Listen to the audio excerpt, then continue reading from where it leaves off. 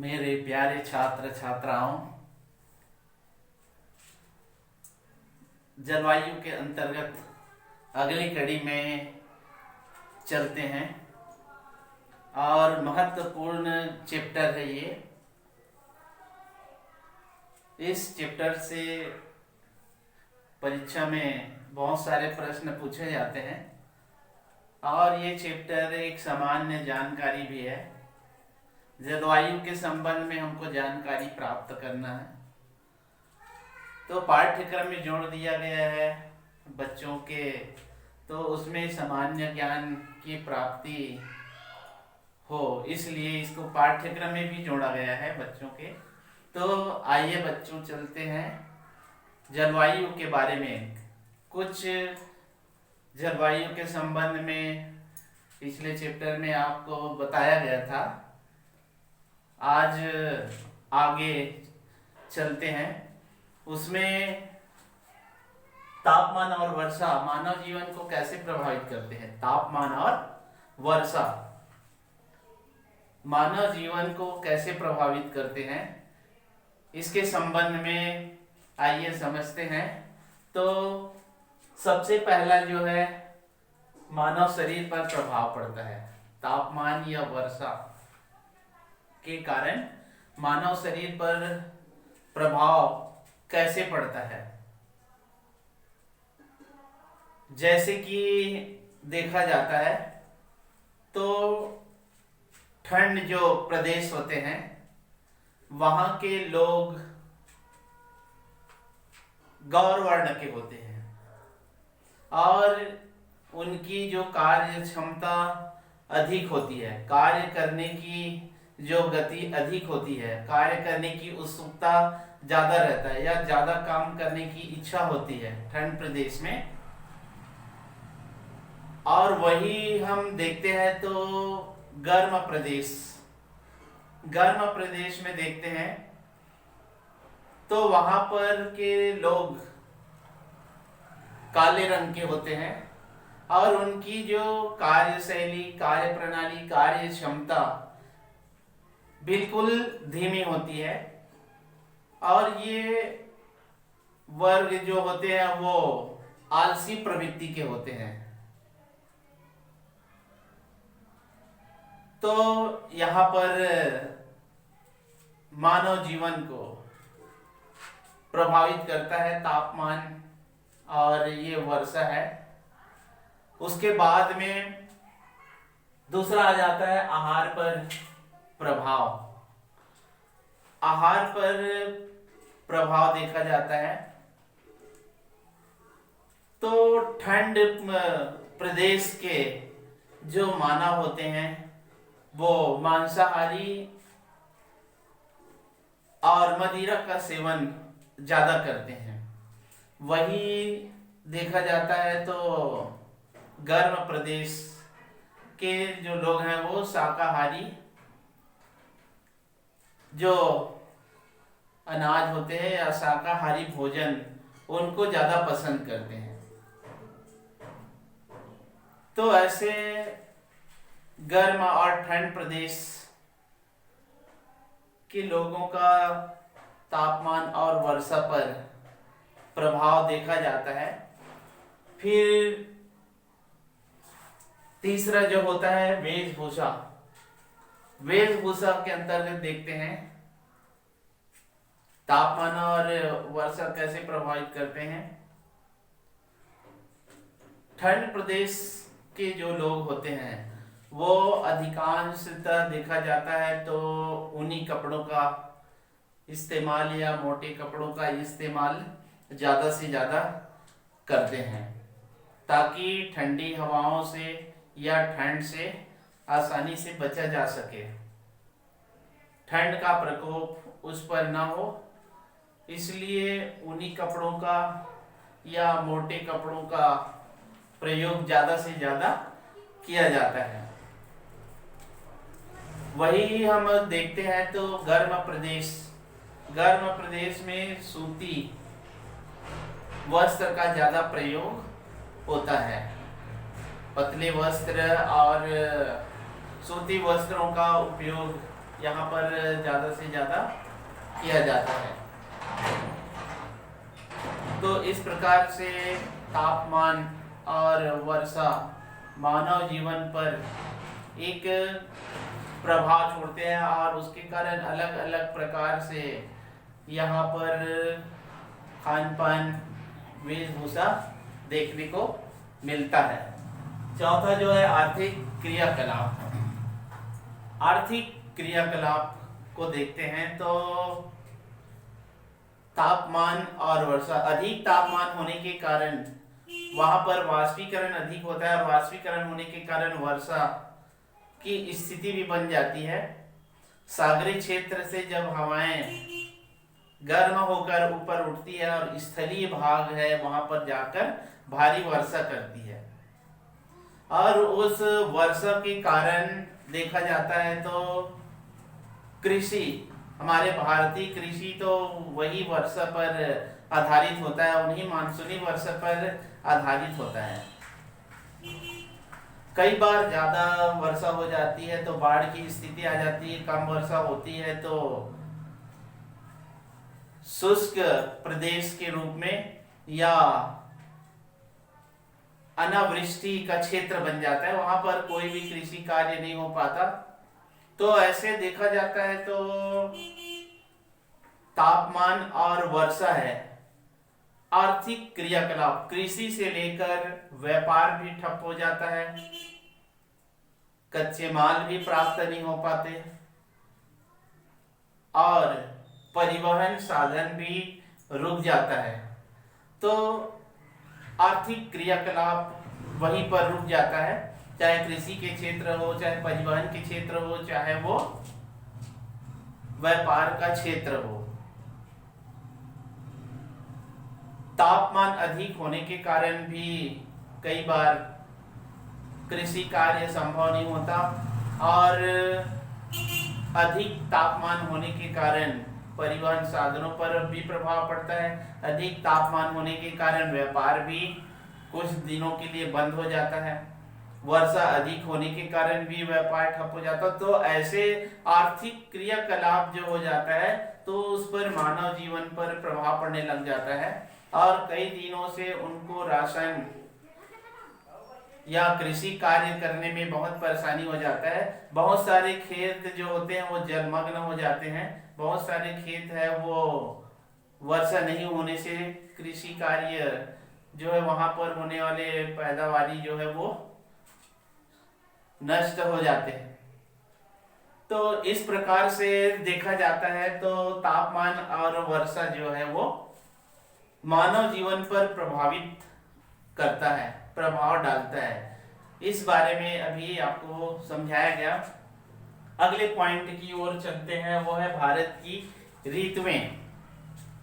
भारत को वैसे मुख्यतः 3 भागों में बांटा गया है ऋतु के आधार पर और वो ऋतुएं यहाँ पर दिखाई दे रहा है। सामान्यतः हम देखते हैं तो 3 ऋतुएं होती, ग्रीष्म ऋतु, वर्षा और शीत ऋतु। ये हमारे जलवायु के अंतर्गत भारत में पाए जाने वाले ऋतुएं हैं। तो इसमें ग्रीष्म ऋतु का समय जब आता है तो तापमान बहुत ज्यादा रहता है। मार्च से जून तक के समय जो देखा जाता है और सबसे ज्यादा जो तापमान मई महीने का रहता है, मई का अंतिम और जून का प्रारंभिक जो समय होता है उस समय एक लू, पछुआ पवन, तेज जो गर्म हवाएं इस समय चला करती है और इससे कई प्रकार से स्वास्थ्य पर भी प्रभाव पड़ता है। गर्म हवाएं जिसको लू कहा जाता है और तेजी के साथ में ये चलने लगती है और ये धूल भरी आंधी होती है। कई बार धूल के साथ में भी ये उड़ती है। तो ग्रीष्म ऋतु का जो समय होता है वो मार्च से लेकर जून तक का महीना जो होता है वो ग्रीष्म ऋतु का समय होता है। दूसरा जो आ जाता है वो है वर्षा ऋतु। वर्षा ऋतु ग्रीष्म ऋतु के बाद और जुलाई से लेकर जून से कुछ प्रारंभ हो जाता है, लेकिन जुलाई की महीने से सितंबर महीने तक के वर्षा का आगमन होता है। और ये समुद्र से भाप भरी हवाएं ऊपर उठती है और ऊपर उठकर स्थल जो भाग है, स्थलीय क्षेत्र है, उत्तरी भाग है, हमारे भारत में देखा जाता है तो अरब सागर और बंगाल की खाड़ी, यहाँ से जो मानसूनी हवाएं, भाप भरी हवाएं सागर से या समुद्र से उठती है और ऊपर उठकर स्थल वाले जो भाग है, उत्तरी भाग है, वहां पर भारी वर्षा करती है। एक पश्चिमी घाट पर जाकर पश्चिमी तट पर टकराती, दूसरा जो है वो है हिमालय पर्वत के पास गारो खासी नामक पहाड़ी से टकराकर वहां पर भारी वर्षा करती है। तो वर्षा ऋतु का जो समय होता है, ये भाप भरी हवाएं स्थलीय भाग में वर्षा करती है, जिसके माध्यम से हमारे संपूर्ण जो भारत में कृषि कार्य किया जाता है या कृषि कार्य करने में सहायक होती है। क्योंकि मानसूनी हवाएं जब प्रवाहित होती है तो भाप बनकर ऊपर उठती, संघनन की क्रिया से वो धीरे धीरे बूंद के रूप में नीचे टपकती है, वर्षा के रूप में प्रदान करती है अपनी सारी आर्द्रता को, और ये संपूर्ण भारत में कृषि कार्य किया जाता है।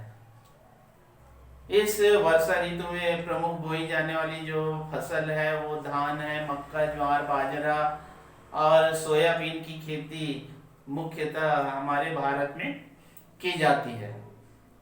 इसके बाद तीसरा नंबर में आ जाता है वो है शीत ऋतु। शीत ऋतु का समय वर्षा ऋतु के समापन या वर्षा ऋतु के अंतिम स्थिति और सितंबर के बाद का समय जो आता है, नवंबर दिसंबर का समय आता है और फरवरी तक की शीत ऋतु का ठंडी हवाएं ठंडी हो जाती है और ठंडी हवाएं चलने लग जाती है। सारा जो उत्तरी जो क्षेत्र है वो ठंडी हवाओं की चपेट में आता है, बर्फ जमने लग जाते हैं। कई छोटी छोटी नदियां जो है वो बर्फ के रूप में परिवर्तित हो जाती है और कई ऐसे स्थान है जो ऊंचे भाग है जहां पर तापमान कम होता है, वहां पर तो 0 डिग्री तक के भी तापमान वहां पर दिखाई देता है और बर्फ की वर्षा वहां पर होने लग जाती है। जिस प्रकार से वर्षा होती है एक बूंद की तरह, वैसे ही ऐसे जो क्षेत्र है जहां पर तापमान की कमी होने के कारण उन भागों में बर्फ की वर्षा होने लगती है। तो ये शीत ऋतु का प्रभाव देखा जाता है फरवरी के अंतिम समय तक के, और इनके प्रमुख फसल के रूप में जैसे कि गेहूं है, चना है, मसूर है, उड़द है, ऐसे बहुत सारे फसल लिया जा सकता है इसमें शीत ऋतु में। तो इस प्रकार से हमारे भारत में मुख्यतः 3 ऋतुएं ग्रीष्म, वर्षा और शीत ऋतु देखी जाती है और अलग अलग मौसम में अलग अलग पैदावारी, अलग अलग फसल लिया जाता है किसानों के द्वारा, या कृषि कार्य किया जाता है मौसम के अनुसार से। अब आइए चलते हैं अगले और महत्वपूर्ण पॉइंट है, महत्वपूर्ण प्रश्न के रूप में आता है ये, वो है धरातल समतल होते पठार या पर्वत नहीं होते तो क्या होता। हमारा भारत का जो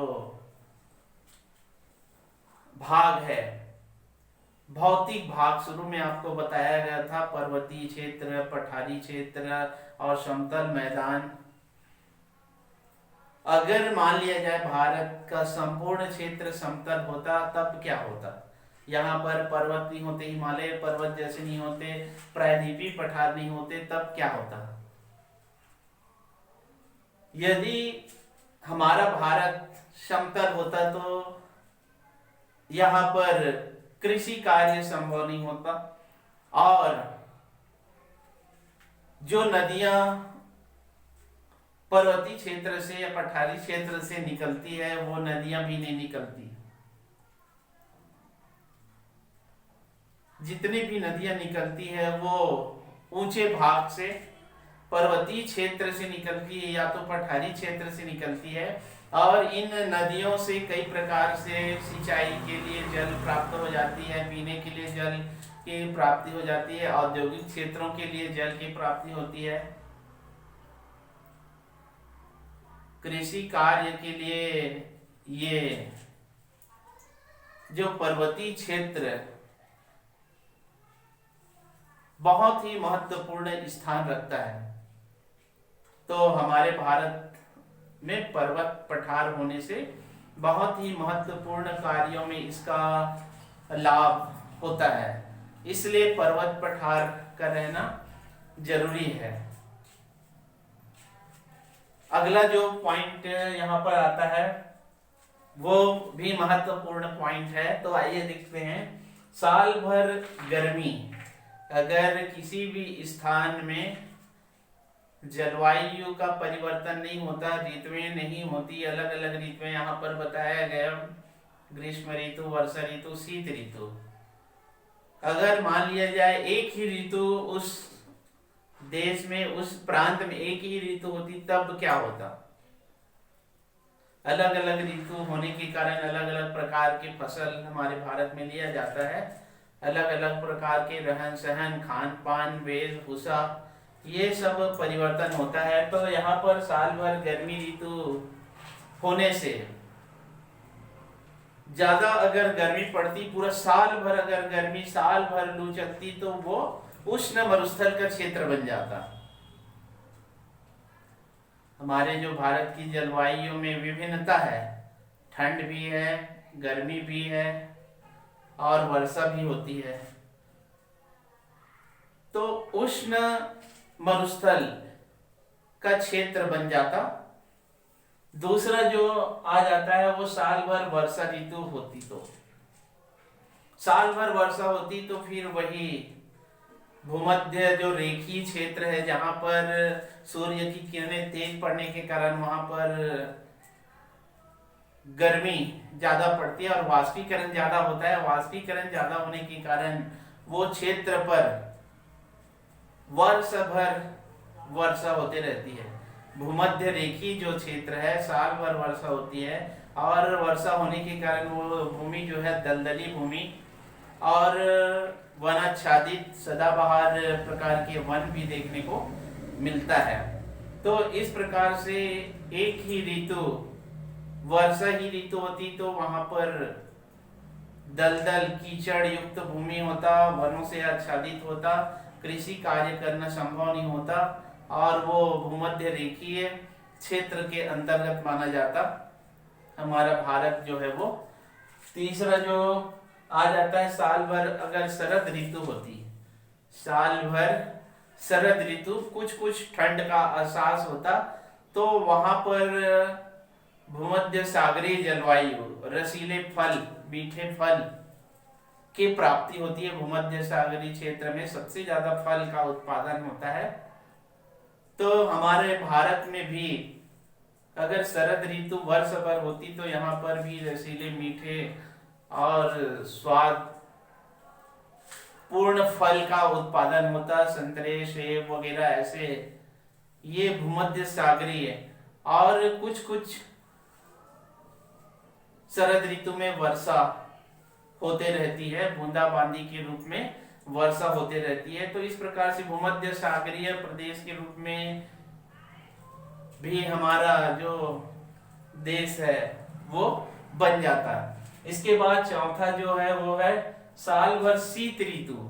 कड़ाके की ठंड पड़ती, अगर मान लिया जाए गर्मी वर्षा ये नहीं होती और साल भर ठंडी हवाएं चलती, बर्फ की वर्षा होती, तो वो क्षेत्र जो है शीत मरुस्थल में बदल जाता। सारा खान पान रहन सहन इसमें परिवर्तन हो जाता, मकान की स्थिति भी बदल सकता था। और एक शीत मरुस्थल के रूप में देखा जाता, शीत मरुस्थल के रूप में जो हमेशा बर्फ से आच्छादित रहता वहां पर, और बर्फबारी होते रहते साल भर। लेकिन ये हमारे ऋतु परिवर्तन के कारण संभव नहीं हो पाता। क्या होता जब इस प्रकार की स्थिति हमारे भारत में अगर बन जाता तब। अब चलते हैं अगले पॉइंट, अगले प्रश्न की ओर, या अगले महत्वपूर्ण बिंदु है वो है मानसून का आगमन और उसकी वापसी। मानसून का आगमन अभी आपको बताया, और वो आगमन जून से लेकर पूरा सितंबर तक के चलते रहता है। और समुद्री क्षेत्र से एक तरफ बंगाल की खाड़ी और एक तरफ जो अरब सागर, वहां से भाप भरी हवाएं उठती है और ऊपर उठकर हमारे भारत के उत्तरी क्षेत्र पर जाकर स्थलीय भाग में भारी वर्षा करती है, और उसी वर्षा के कारण कृषि कार्य संभव हो सकता है, या कृषि कार्य में सहयोग मिलता है, और विभिन्न प्रकार के अनाज का उत्पादन कृषक के द्वारा किया जाता है। तो इस प्रकार से देखा जाता है तो मानसून का आगमन सितंबर महीने तक लगातार मूसलाधार वर्षा होते रहती है, बूंदाबांदी होते रहती है, गरज के साथ में बौछार आते रहते हैं, और ये समुद्र से भाप भरी।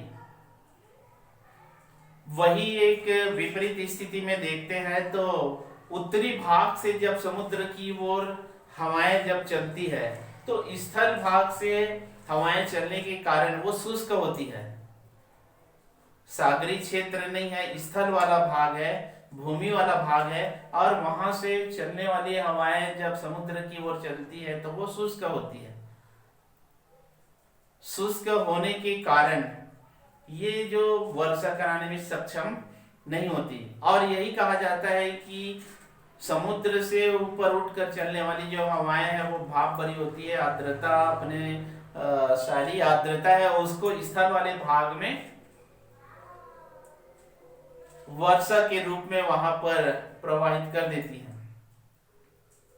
ये मानसून का आगमन, वही हम देखते हैं तो आगे बढ़ते बढ़ते जब यही हवाएं शुष्क हो जाती है, समुद्र से भी हवाएं भारी वर्षा कर देती स्थल भाग में, और उत्तर पश्चिम की तरफ या उत्तर पूर्व के आगे जब बढ़ती है तो इस हवाओं में आर्द्रता नहीं रहते, और उसके बाद में ये हवाएं शुष्क हो जाती है, और शुष्क होने के कारण वर्षा करने में सक्षम नहीं होती। इसी कारण इसको सितंबर के बाद में इस तरफ का जो समय होता है वो मानसून की वापसी का समय हो जाता है। अक्टूबर से लेकर अप्रैल के महीने के बीच का जो अंतराल होता है उसमें मानसून की वापसी का समय हो जाता है।